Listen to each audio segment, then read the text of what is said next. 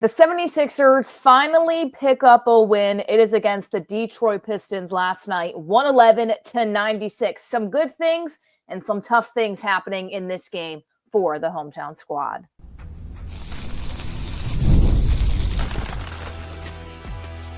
You are Locked On 76ers, your daily Philadelphia 76ers podcast, part of the Locked On Podcast Network, your team every day. Welcome to Locked On 76ers. What's going on, everybody? I'm Kayla Santiago alongside Keith Pompey with you each and every day. So the good things, the Philadelphia 76ers come out with a win, and we saw a lot of contributions from some players we really haven't seen from this season.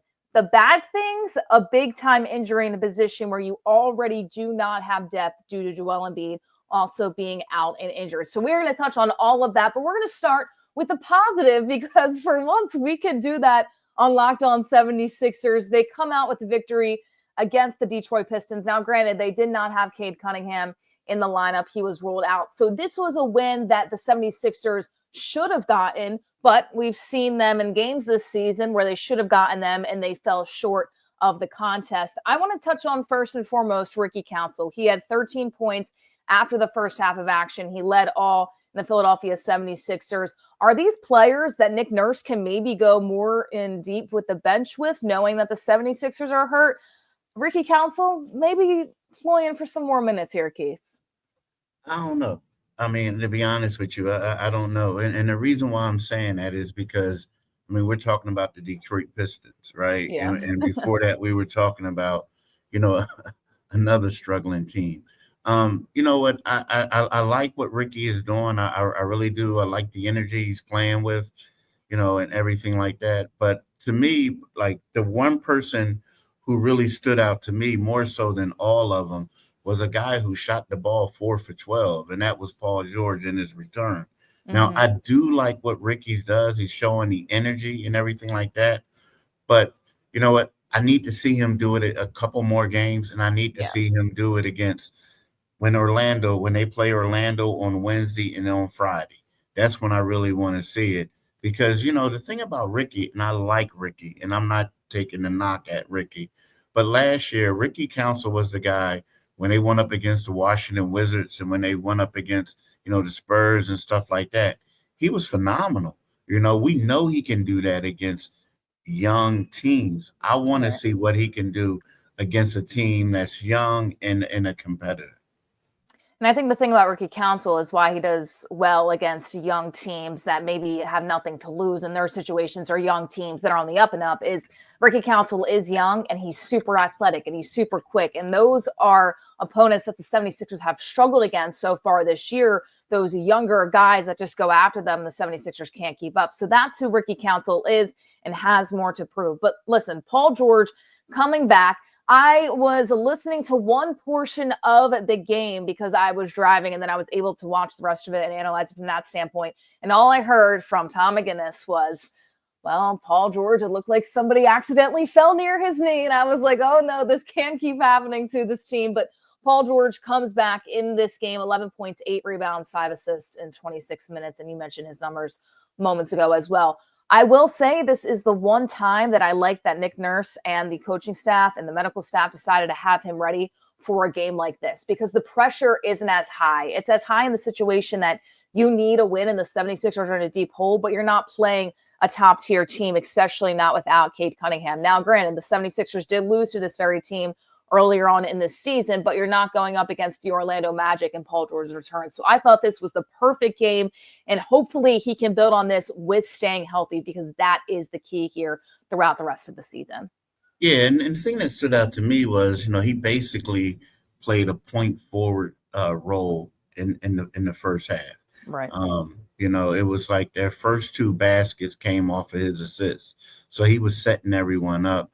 And the crazy part is the person who they mostly handed the ball early on, the second most was Kelly Oubre swinging it and doing some other things. So, yeah, he played well, and this was a good one. Don't get it twisted. They really needed to get this one too. It's like, as much as the Pistons, the Pistons are 9-14. They have a better record than the Sixers, right? They actually played more games than the Sixers, a lot more games, 5 more. But I think that, yeah, you're right. This was a good mix for him and a good team to come back against.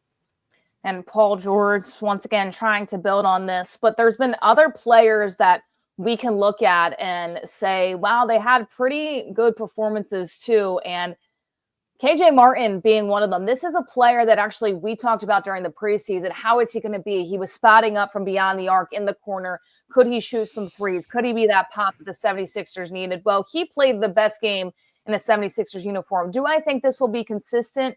No, I do not. But it is good to know that down in this bench, maybe you can get some pop, and maybe this gives KJ Martin the confidence now to do so. I mean, the 76ers, they were shorthanded tonight too, or last night, I should say. No Joel Embiid, no Kayla Martin. Andre Drummond goes down later in the game. We'll get to that in just a little bit more down the line in this episode. But how about KJ Martin? This is somebody that we were looking forward to seeing possibly get some real points throughout the season. And once again, it's the Detroit Pistons. And yes, they're better than the Philadelphia 76ers, but it is the Pistons. And you could say, well, you know, it was a down team with Cade Cunningham. Without Cade Cunningham, that's why he did well. But at the same time, this was an absolute needed win for the Philadelphia 76ers, and Martin played a pivotal role in that. Oh, yes, he did. And it's funny. I asked him after the game, I said, so what did you prefer? You shot 7 for 8. You had 19 points, but you also had 3 blocks. And he's like, oh, the blocks. I really like the blocks, right?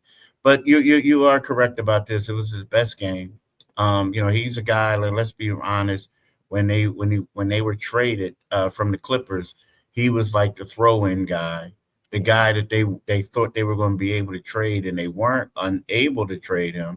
Then also they didn't know if they really wanted to bring him back this year, but then they looked at his contract and said, hey, well, you know what? We could give him X amount of money and we could trade him later on.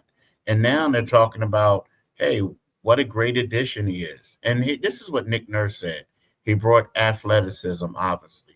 He's able to switch out onto pretty much anybody in the perimeter, keep them in front with some physicality. He made some timely cuts to the rim, made a couple of threes, and just was on the glass. He is doing a great job on everything. And I will admit that. Now, here's something else. I got to say this. I said something earlier about Ricky Council and K.J. Martin.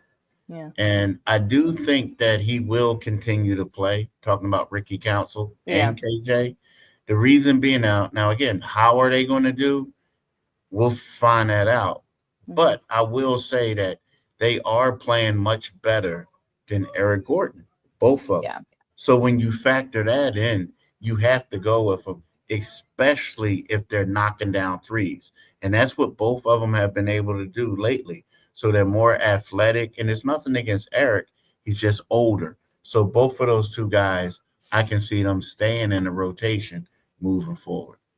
I think the one thing that I looked at in this game against the Pistons was maybe the 76ers need to start playing the younger guys a little bit more. And it's tough when you look at it because you're like, okay, well, a guy like Eric Gordon, he could spot up for a 3, maybe, but it hasn't been consistent so far this year. And he's a vet.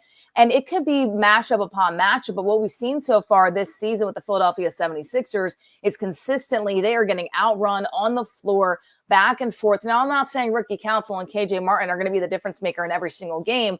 But if you can have younger athletic guys maybe going in above an Eric Gordon and having them match up with guys like Paul George, Tyrese Maxey in those rotations as well, Joel Embiid, if he ever comes back, I think that could play a big part for this team going forward. Now, I don't expect it to be every single game. It's going to be matchup dependent. But when you're looking at a team that's in a really deep hole, you need some athleticism. You need some speed. It's something they haven't had. And we saw last night that they did have it for once. Now, once again, it was against a down Pistons team. I know that. But the 76ers have lost against bad teams that have been down their best players. So when they finally can pull out a victory, this is something you look to build upon going forward with these younger guys. Yeah, and let's look at the stats. So Eric Gordon played 9 minutes and 49 seconds. He was 0 for 4 and 0 for 2 on threes, right? 0 for 2 on threes. He did have 2 steals. KJ Martin, 27 minutes, 8 seconds. He had 19 points on 7 for 8 shooting, He was 1 for 2 on threes. He made 4 or 5 foul shots. He had 6 rebounds, 3 offensive. He had 3 assists, 3 blocks, and he did have a turnover. So he's outplayed him. I mean, he outplayed him big time. Now, again, we do look at Eric as like a 3-2, a 2-3. You look at KJ as a 4-3, so to speak. But at the same time, he could play the wing, and he deserves to get out there and get those minutes.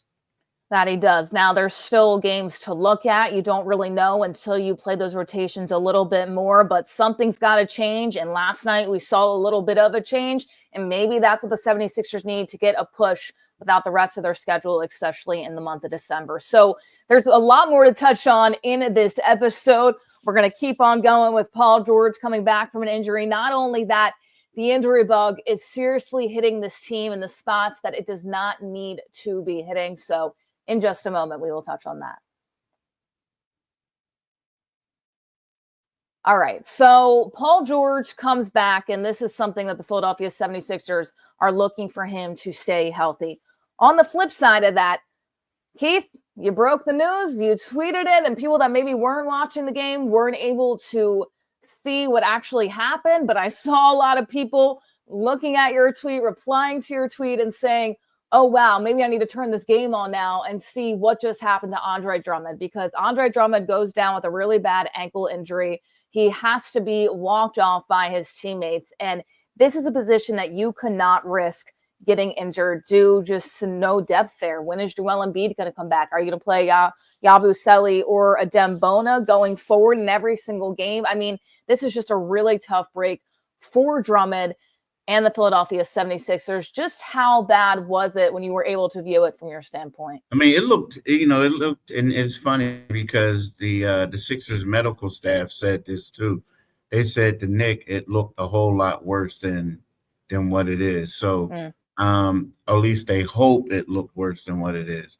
Now here's the deal. It was crazy because Tyrese misses a shot. He gets a putback. And when he landed, it's like his ankle bent inward. And then he took a couple steps and he fell down. And his ankle was still like up. And you're like, yo, what's wrong with his ankle?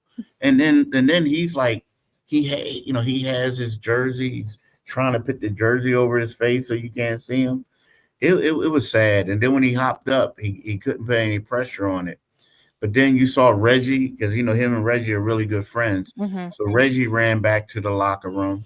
A couple other people went back there, and they came back. And then it was like, oh, it's just a sprain. So then you say to Nick Nurse, okay, it's a sprain. But, dude, he's not going to be playing. I said he's probably going to be out for a minute, right? Yeah. And he says, yeah, he has a walking boot, and we do think he's a big guy. And we do think that he'll be out for a minute. So, you know what? And another thing that you said, it is a tough one because Joel Embiid is already out. Right. And then you look at it and everything was going smoothly with the lineup where you have Yabu, who was basically playing power forward. Now you think that he's going to have to go back to the center. A lot of people said that Adem Bona played well, but it's a small sample size. So this was a tough injury for the Sixers, and it did look worse than what it probably is. But he was on crutches, and he had a walking boot when he left out.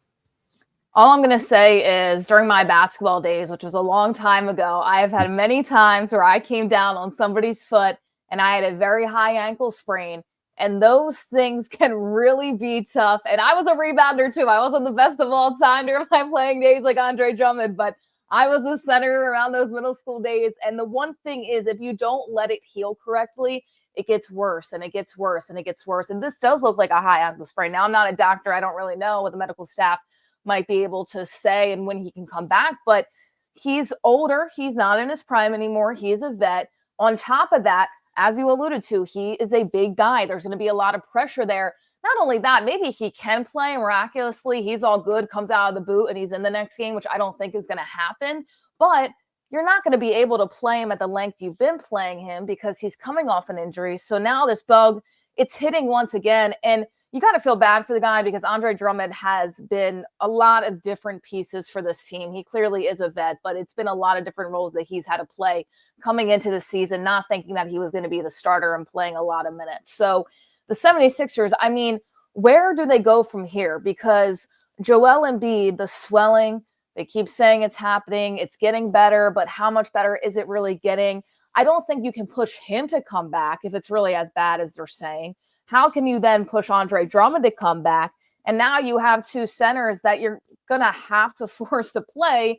And then where do you kind of go from there when those guys get tired or out of position? I mean, this is going to be a really small lineup going forward if Andre Drummond really can't come back. There's just not a lot of size down low in the paint. And then you force Yabu to play the 5 at all times. Yeah, I agree with you. It's going to be a really small lineup. I mean, I think that they're going to have to play Yabu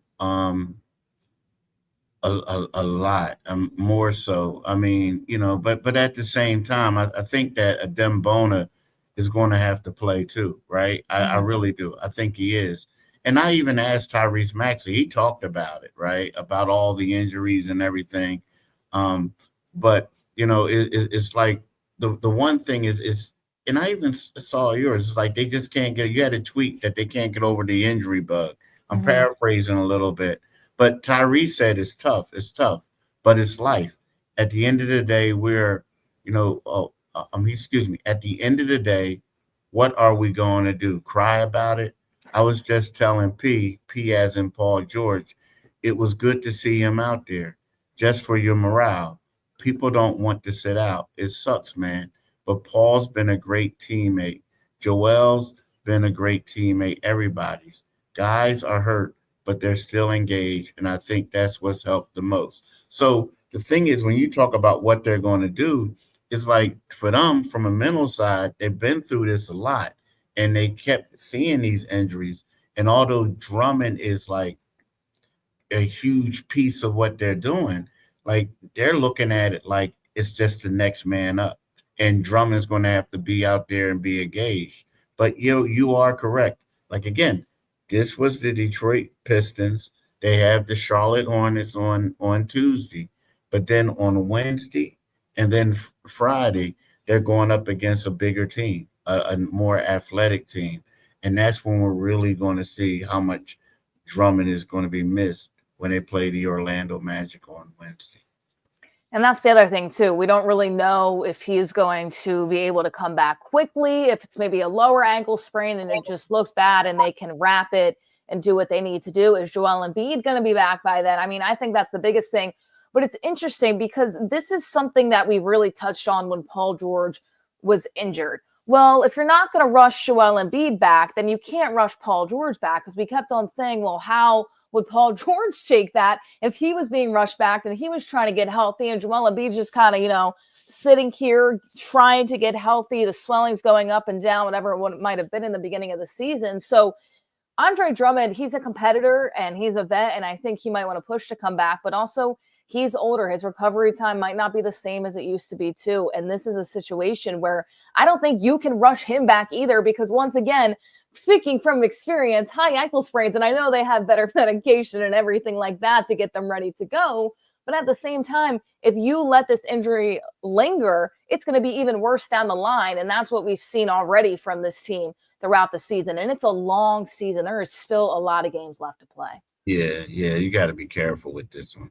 You really do. You have to be careful. Now, the good thing for the Sixers is with the schedule, because, what do they play? They play on Tuesday. It's going to be an NBA Cup game. It's going to be their last one. I don't expect them to make it. Well, they're not going to make the quarterfinals. We know that. No. So it's going to be one of those things where they're basically, after they play next week, the rest of the games, they're going to be off for maybe 4 days. So that can help out in regards to the recovery for not just him, but Joel and other guys. So I think that he'll be fine, or they'll be fine, but it's just that it's going to be vital for Joel to come back and to, play and make sure they take care of them to where the swelling will go down. And we are going to be pushing into December. So let's take a look at how that schedule looks like for the 76ers, who's out currently, who could possibly be brought back, and where this team can really end up in the next few games going forward. All right, so somebody else that was ruled out in this game for Philadelphia, Kayla Martin out once again for the 76ers. You're looking at your lineups right now. No Andre Drummond, no Kayla Martin, no Joel Embiid. If you're looking at what we saw last night, and then Drummond, of course, getting injured throughout that game too. So you look at this schedule coming up, and Tuesday, it's against the Hornets, as we've alluded to already. That's at the home of the Hornets. Then they come back home to take on the Magic in 2 games. That's a Wednesday and a Friday. And then Sunday, you have the Bulls, and then you jump into the later end of December 20th against the Hornets again. Then you face the Cavs, the Spurs, the Celtics, so on and so forth. So this is a really interesting stretch for the Philadelphia 76ers, because come Christmas time on that holiday game, you are facing the Boston Celtics in Boston. And I don't even want to think about how that's going to go down the line. But, you know, looking at Joel Embiid right now, there hasn't been too many updates on when he's going to come back. When is he going to be good to come back? The swelling has been better, but is it fully moderated right now? And what happens if you force him or have him play and the swelling goes up again, and then all of a sudden he's missing even more games going forward? So when would you expect to see Joel Embiid? And I know we can't really predict it now because we don't know what's going on, but I think that if he's ready to go, starting with that Magic game, let's not say when we expect for him to come back. I think we frame it as, when does he need to come back for this team to try to win this stretch coming up in December? I look at the Magic game. I mean, that Hornets game, I think you can go without him and Drummond, and if you fall, you fall. But those 2 games against the Magic on that Wednesday and Friday, they're going to be tough. And if Joel is ready to go, he has to play, especially if Andre Drummond is still injured. And it's going to be interesting to see if there's any more pressure now on Joel Embiid to get back quicker, with Andre Drummond just coming up with that injury last night. Yeah, you know, ideally, you're right. You want him to play that game. The only problem is the swelling, right? So, yeah, so he'll come back, and then all of a sudden, is he going to be able to play the next one? Right. You know, so I think with Joel is a lot of the unknown right now. But you are correct. That's the game where you really want him to play. Now, right now, I do think that they'll beat Charlotte just because LaMelo Ball is out. He's going to be out for a couple weeks. And I think the Hornets lost 5 games in a row. They're struggling right now. So, yeah, you could sit on. But after that, I would love, if I'm the 76ers, Nick Nurse, I would love to have Joel Embiid playing in as many games as possible, right? And look, the good thing about that is we're talking about it. I would sit on the Charlotte game anyway, because he's not going to play back-to-backs. So he'll play the next night against Orlando. Yeah, but definitely have him both games. And the one thing is, when is Kyle Lowry going to come back too? Right. Yeah, we didn't even mention, there's so many names. Yeah, we didn't even mention them. Like right now, you have Jared McCain going from a lethal scorer to now being a backup point guard, a facilitator, right? And so if you have Kyle Lowry, you can have him in a lineup, that bench lineup with Kyle Lowry, and then they're going to give him the ball. So, yeah, the Joel thing is huge, but I also think that Kyle, you need him back. And I wouldn't give Kyle a tremendous amount of minutes, but I would give him some minutes, you know? And also Kayla Martin too, because you look at it now and you say, okay, well, you're going to need some type of size and length, and not that Martin is going to give you that much, but it's going to be better with him in the lineup, especially if Drummond and Joel Embiid are out, than without him in the lineup, because then you really, really get small in that starting lineup. So you look at it right now, and Kayla Martin is somebody that's also crucial to come back on both sides of the ball in that starting lineup, and then Kyle Lowry able to be a part of that second unit with getting some minutes here and there. But what I do want to see from the Philadelphia 76ers going forward, and we touched on this at the top of the show, is playing those younger and athletic guys and seeing how it works out, especially in that Hornets game. You have a chance there to test things out, to see how it works once again. It worked last night against the Pistons, but also when Jared McCain and Tyrese Maxey had that fantastic duo night, It didn't work the next night. And those things are going to happen. But at the same time, the vets putting them in wasn't working. Eric Gordon, not working right now for the Philadelphia 76ers. These young athletic players, they are. Adem Bona is going to see a lot more minutes, whether he likes it or not, because Drummond and Joel Embiid are both injured right now. So when I look at it, what I want to see from Nick Nurse and the coaching staff is having a little bit of a younger lineup and seeing how that shapes up against the Hornets and then going from there, because the athleticism hasn't been there all season besides guys like Tyrese Maxey and Jared McCain. But once you get to that rotational bench, that's where they really struggle with that. And that's something I think that they need to test going forward against that Hornets game, especially. And then you can reevaluate once you get to the Magic. Mm-hmm. And when you talk about the athleticism, the young guys, there was 2 lobs today that were pretty good. One of them was Tyrese Maxey to Ricky Council, right? So typically Tyrese is going out there 100 miles an hour and no one can keep up.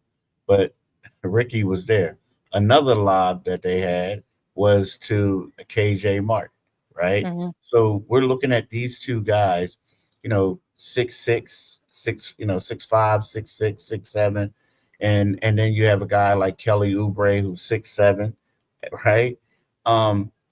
These are athletic guys that can get up and down the floor. In the beginning of the season, when they had the older guys out there, they couldn't keep up. They looked old, they looked small, they looked this and that. Now what you have is, the one thing you can say about the Pistons is they're a young athletic team. And the first time they played the Sixers, they destroyed them in transition. So this is what the Sixers do. So yes, that's a great observation. I think that's why you got to continue to play them. They're going to make mistakes, but you're going to live with the mistakes. But at the same time, one guy, the young guy, shot 7 for 8. The older guy shot 0 for 4. So you got to go with the young guy. And I'm curious how Nick Nurse and the coaching staff is going to dip into the two-way players for the Philadelphia 76ers too, and Lester and Justin Edwards. And I say that because Ricky Council last year was a two-way player, and we finally saw glimpses of his athleticism and what he can do. And then all of a sudden now he's with the Philadelphia 76ers. So I'm not saying that they're going to get any type of crazy minutes, but you're in a situation where if you do not have Kayla Martin, Kyle Lowry, Andre Drummond, and Joel Embiid, you need to start figuring out guys that can step up and play for you in different positions, even if it's just 3 to 4 minutes to give the other guys a breather and to get you out there and get up and down the floor. Because the older vets haven't been able to get up and down the floor as quickly, and maybe that's a chance for these two ways to come in and be able to do so. I know people right now aren't high on Jeff Doughton. I will say he had a 30-piece for the Blue Coats last night against the Maine Celtics. He's not somebody that I think Nick Nurse is going to bring up right now once again because he's been struggling with the Philadelphia 76ers. But these are people that maybe have a chance to get to 2 to 3 to 4 minutes per game if the 76ers are still really shorthanded when it comes to that Charlotte game, because the quickness, the athleticism is something this team hasn't had. And really, it's the first night that we saw it last night against the Pistons. And I'm excluding here really the starting lineup of Tyrese Maxey, Paul George. You look at Kayla Martin and Kelly Oubre too. I'm talking about these rotational guys. So I'm curious to see how this Hornet game goes and how Nick Nurse is able to coach this, because we saw glimpses and flashes of the duo of Tyrese Maxey and Jared McCain, and all of a sudden that's not really looking too great anymore. So maybe this is something they can build upon and keep it going forward. Yeah, I don't know if I would play the two-way guys, though, to be honest with you. I mean, because I'm looking at it. When they came in the game, minus a lot. Yeah, minus a lot. Yeah, the Pistons came back. But I get it. I think think about this. Last year, Ricky played because everyone and their mom was injured. Everybody, they were hurt, right? So he had to play, right? You look at it this year, they do have injuries, and that's what led to Ricky Council playing again. That's led with KJ playing again. I like the other guys. I think they're going to be good. However, I feel like right now you're going to have other guys coming back, and I feel like Nick is going to basically reduce the rotation as opposed to expand it. the one good thing is right now when you have PG back, now Jared was able to come off the bench, right? Mm-hmm. Now that you have KJ playing well, then maybe you may try to keep Yabu in the starting lineup. Now maybe Bona may start, or you're going to bring Bona off the bench. So it's crazy. Now the one thing is, if I'm the Sixers, the only disappointing thing I'm a little disappointed as is I didn't have a two-way center. If I had a two-way Right. center, then that person could come up, but they don't have one. So that's the only thing. But those other guys, I like Victor. I love Justin. But at the same time, I just feel like I don't know how many minutes I would give him right now in a must-win game. You took the thought right out of my head, too, in the situation that there are guys in positions that right now they're actually okay. But the center position is something that they don't have because the 76ers, they're small in their G League department, too, because the Dan Bona was really only playing with the Blue Coats on assignment, not as the two-way. So when you look at it, it's a little bit tough when you don't have necessarily a pool of a lot of centers to choose from when you are down 2 centers, which is crazy to even make that statement right now. We're not sure if Andre Drummond will be able to come back. Right now, I would be shocked if he is, unless they wrap everything up with the ankle. He's good to go, but we will wait and see. Once again, they play the Hornets on Tuesday at 7 p.m.